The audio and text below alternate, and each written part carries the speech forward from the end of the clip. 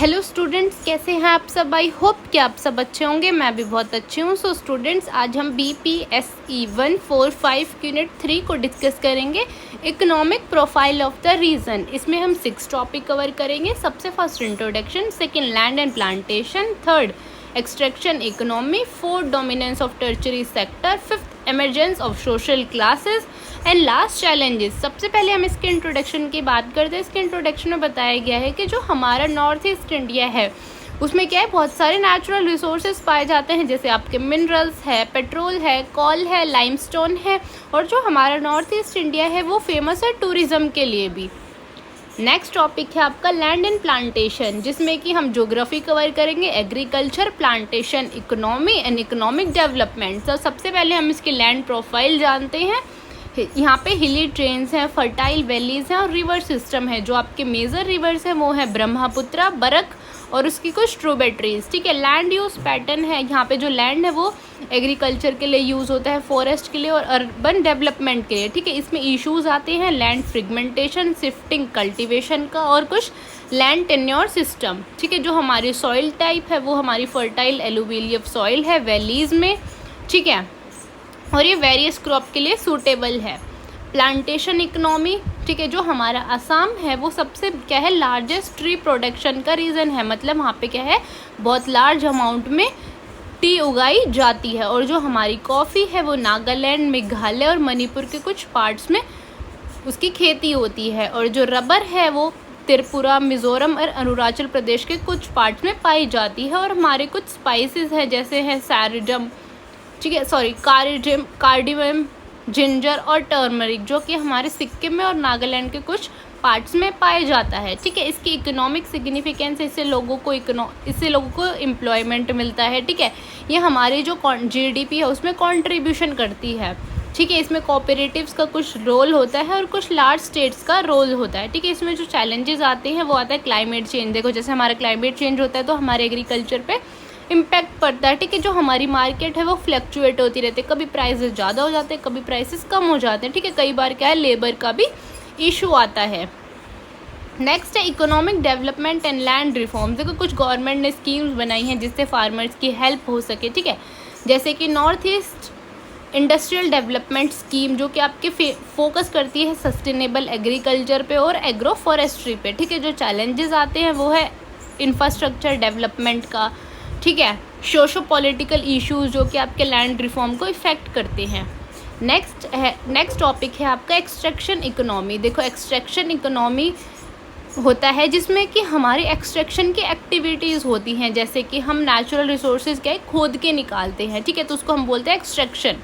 जैसे कि हम मिनरल्स निकालते हैं, फॉसिल फ्यूल निकालते हैं, टिम्बर निकालते हैं और कुछ अदर रॉ मटेरियल्स निकालते हैं। ठीक है। हमारे नॉर्थ ईस्ट इंडिया में हमारी एक्सट्रैक्शन प्रोसेस बहुत ज़्यादा होता है। इसके कुछ मेजर रिसोर्स बताए गए हैं, जैसे सबसे फर्स्ट है मिनरल। देखो, जो हमारा कोयल है वो असम, नागालैंड और मेघालय में पाया जाता है। और जो हमारा लाइमस्टोन है वो सीमेंट प्रोडक्शन के लिए यूज़ होता है मेघालय में और अरुणाचल प्रदेश में। और जो हमारा बॉक्साइट और कॉपर है वो हमारा पाया जाता है अरुणाचल प्रदेश और नागालैंड में।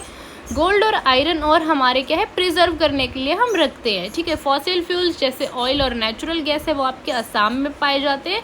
और जो हाइड्रो पावर है, ठीक है, वो अरुणाचल प्रदेश और सिक्किम में पाए जाते हैं, इसके लार्ज प्रोजेक्ट्स। ठीक है। और जो हमारे फॉरेस्ट टिम्बर्स हैं, जैसे हमारा जो फॉरेस्ट है मेघालय में पाए जाते हैं। मतलब मेघालय में बहुत ही लार्ज पार्ट जो है वो फॉरेस्ट ने कवर किया है। ठीक है। मेघालय में, नागालैंड में और अरुणाचल प्रदेश में। ठीक है। जो टिम्बर का एक्सट्रैक्शन होता है वो कंस्ट्रक्शन के लिए होता है, फॉइल के लिए होता है और एक्सपोर्ट्स के लिए होता है।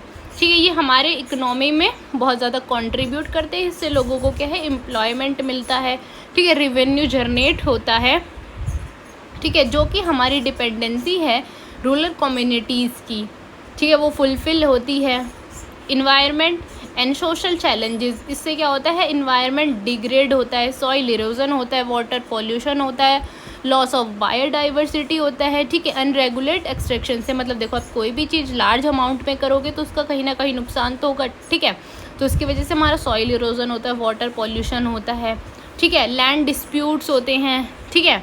जो हमारा इंडिजीनियस कम्युनिटी होते हैं उसको डिस्प्लेस्ड कर दिया जाता है। ठीक है। इनलीगल माइनिंग होती है, ठीक है, जो नेचुरल रिसोर्सेज को ओवर एक्सप्लोट होता है, ठीक है। और देखो government policies and sustainable practices, जैसे कुछ भाई पॉलिसीज़ बनाई गई हैं, ministry of environment, forest and climate change, ठीक है, ये हम प्रमोट करती हैं इको फ्रेंडली माइनिंग को, ठीक है, रिफॉरेस्ट्रेशन को, कम्युनिटी बेस्ड रिसोर्स मैनेजमेंट को, ठीक है, हाइड्रो पावर को, जिससे कि क्या है हमें क्लीन एनर्जी मिले।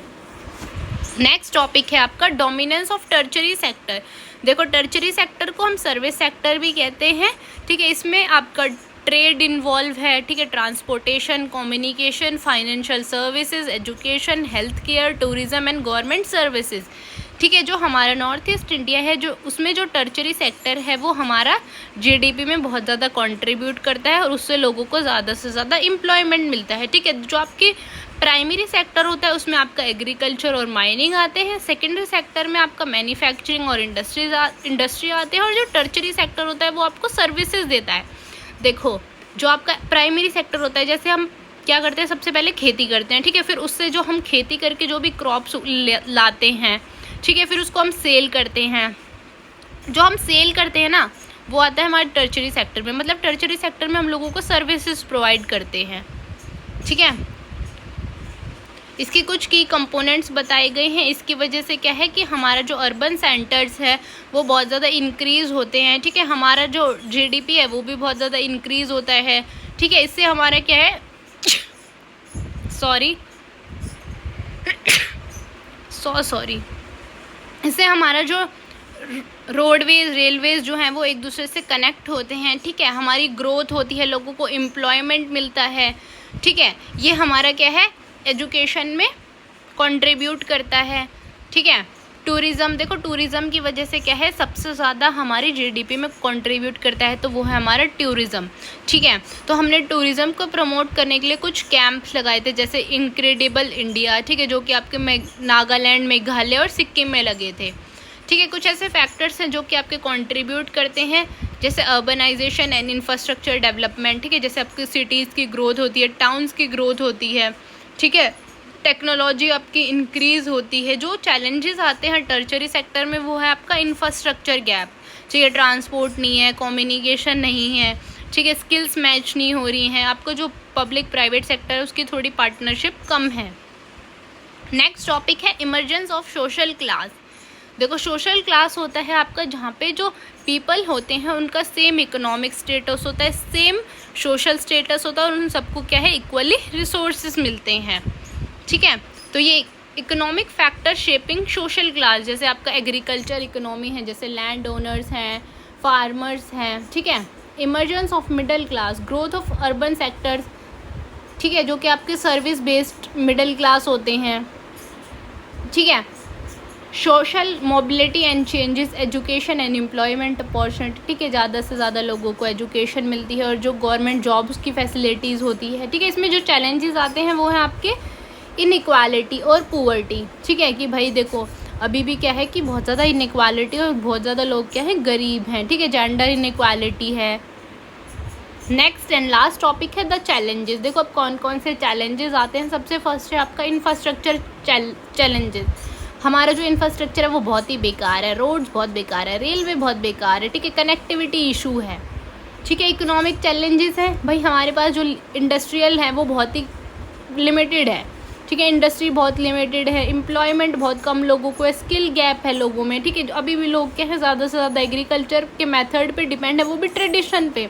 भाई लोग नई चीज़ों को अपनाना ही नहीं चाहते, ठीक है। जेंडर इक्वालिटी है अभी भी कि नहीं लड़का ही ये काम करेगा, लड़की नहीं करेगी, ठीक है। यूथ जो है वो क्या होता है पढ़ता है इंडिया में और जॉब का करता है, बेटर अपॉर्चुनिटी के लिए वो फॉरेन चला जाता है, ठीक है। तो वो क्या है फॉरेन की ही जीडीपी में कंट्रीब्यूट करेगा, हमारा तो क्या है नुकसान हो जाता है उस वजह से, ठीक है। और इन्वायरमेंट चैलेंजेस है, भाई क्लाइमेट इधर उधर होता रहता है क्योंकि हम इतना ज़्यादा पॉल्यूशन करते हैं, डिफॉरेस्टेशन हो जाता है, ठीक है। हमारे पास क्या है कि भाई रिसोर्सेज नहीं है, पानी की कमी है, पॉल्यूशन है बहुत ज़्यादा, ठीक है।